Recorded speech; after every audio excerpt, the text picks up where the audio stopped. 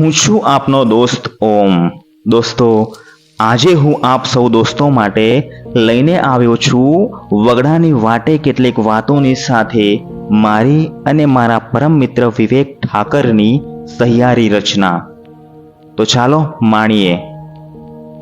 બારીનો પારદર્શક પડદો સહેજ સળવળ્યો છે. તારા આવવાની હવા છે. ફિરોજી બ્લુ રંગના બે સોફાની વચ્ચે એક સીસમના ટેબલ કમ મેગેઝિન રેક પર એક પીળા રંગનો લેમ્પ સફેદ પ્રકાશથી રોજ સાંજે ઓરડાને ઝિલમિલ કરી દે છે. સવારે તેની બાજુમાં એક મખમલી કારાશ પડતા લીલા રંગનો પ્લાન્ટ મૂક્યો છે, કારણ કે તેને ખૂબ સુંદર નાના ગુલાબી ફૂલ આવ્યા છે. ઓરડાના બ્લુ સોફા સાથે એક ગુલાબી ફૂલવાળો પ્લાન્ટ ખૂબસૂરત લાગશે એવું ધારીને તેને ત્યાં મૂકવામાં આવ્યો છે. સામેની બારી ઉપરનો પડદો પારદર્શક છે અને સરસ હવાથી સળવળતો રહે ત્યારે તેનો પડછાયો કંઈક અવનવા દ્રશ્યો ઊભા કરે છે. બે પડદાની વચ્ચે વિન્ડ ચાઇમ્સ લગાડેલી છે, જે મોટે ભાગે રણકતી નથી. બારીની બરાબર સામેની દિવાલ પર એક સ્ત્રી એના બાળકની સામે બહુ મીઠું હસીને જોતી હોય તેવો ફોટો છે. બાળક ઉપર જુએ અને સ્ત્રીત્વ નીચું જુએ એ દ્રશ્ય એકબીજાને અપાતા સ્મિત સાથે વાત કરતું ખૂબ મનમોહક છે. ઓરડાની એક દિવાલ ટેક્સચરવાળી છે. તેનો રંગ પીળાશ પડતો કેસરી છે. તેની ઉપર રાજસ્થાની મિનિએચર પેઇન્ટિંગ છે. ફર્શ પર એક કાર્પેટ છે. સોફાની સામેની દિવાલ પર શ્રીનાથજીની પીછવાઈ લાકડાની જાડી ફ્રેમમાં મઢાવેલી છે. સોફાની સામે જ જમણા ખૂણે પેપર હોલ્ડર છે, જેમાં વંચાઈ ગયેલા મેગેઝિન અને છાપા પડ્યા રહે છે. ઓરડાની સામેની દિવાલ પાછળ દરવાજો છે અને એ ઉમળો છે, જેણે તારી અનામિકાના ટેળવેથી ભીના કંકુનો સ્વાદ ચાખ્યો છે. પાણી ફેરવેલો હાથ અને કુમકુમ, ચોખા અને સાથિયાવાળો એ ઉમરો ક્યારે તારા પગલાં ગળી ગયો ખબર જ ન પડી. પણ આજે ફરી એકવાર તારા પગરવનો ભણકાર છે. બારીનો પારદર્શક પડદો સહેજ સળવળ્યો છે.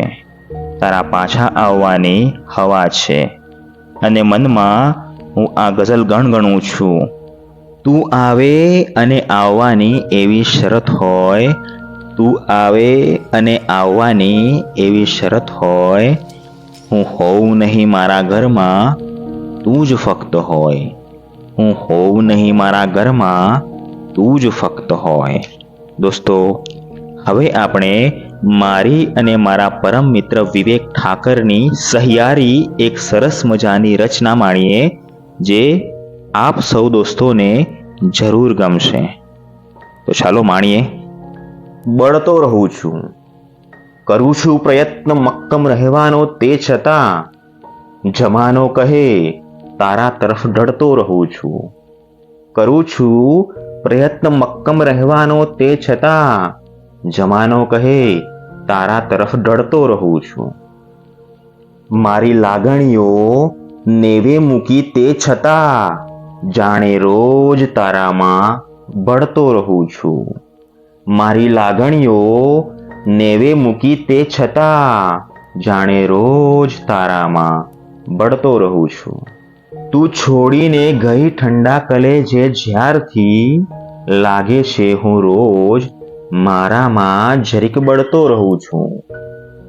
તું છોડીને ગઈ ઠંડા કલેજે જ્યારથી લાગે છે હું રોજ માળામાં જરીક બળતો રહું છું. ને ખબર છે તું નથી આવવાની, તે છતાં તને રોજ સપનું મઠારી મળતો રહું છું. છે ખબર આંખોને, તે છતાં એક આંસુ બે પાપણો વચ્ચે ચગદી રાખું છું. ને ખબર છે તું નથી આવવાની, તે છતાં તને રોજ સપનું મઠારી મળતો રહું છું. છે ખબર આંખોને તે છતાં એક આંસુ બે પાપણો વચ્ચે ચગદી રાખું છું. છે ક્ષણો જિંદગીની અતરંગી તે છતાં એક ક્ષણ માણી જિંદગી વિતાવું છું. છે ક્ષણો જિંદગીની અતરંગી તે છતાં એક ક્ષણ માણી જિંદગી વિતાવું છું. ને વગડાની વાટે બહુ એકલું એકલું લાગશે તો તમે કરશો શું? સ્મરણો મારા તમારામાં જાગે તો ગજવે સંતાડી લેજો, બીજું શું? ને વગડાની વાટે બહુ એકલું એકલું લાગશે તો તમે કરશો શું? સ્મરણો મારા તમારામાં જાગે તો ગજવે સંતાડી લેજો, બીજું શું? ને જો હોય ઘાવ ગુલાબી તો ટચલીના ટેરવેથી ભરી પણ શકો, પણ ઘાવ મારા અભાવનો ઉતરશે સોસરવો દલડે તો તમે કરશો શું?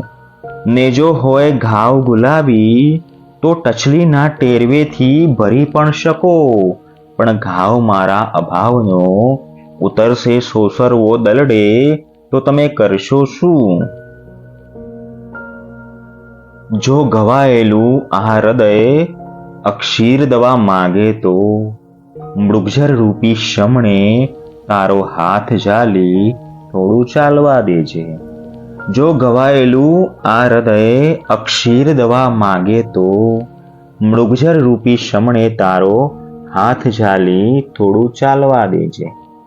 છે આ બધું હવે ફક્ત ડાયરીના બે પાના વચ્ચે તે છતાં યાદને વિચારોના ઉંબરે ચડાવી હવે બળતા રહેવું છે.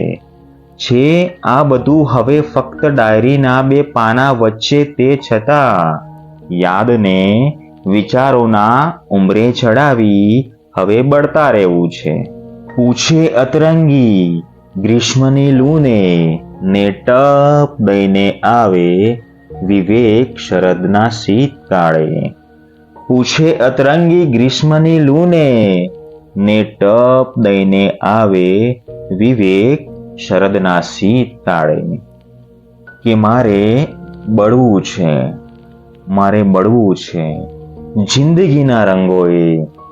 ખીલેલી વસંતે પાનખરમાં ખરતા પીળા પર્ણોની વર્ષા ટાણે, ગ્રીષ્મની લૂ વચ્ચે શરદના શીતકાળે અને હેમંતના આહ્લાદ વચ્ચે.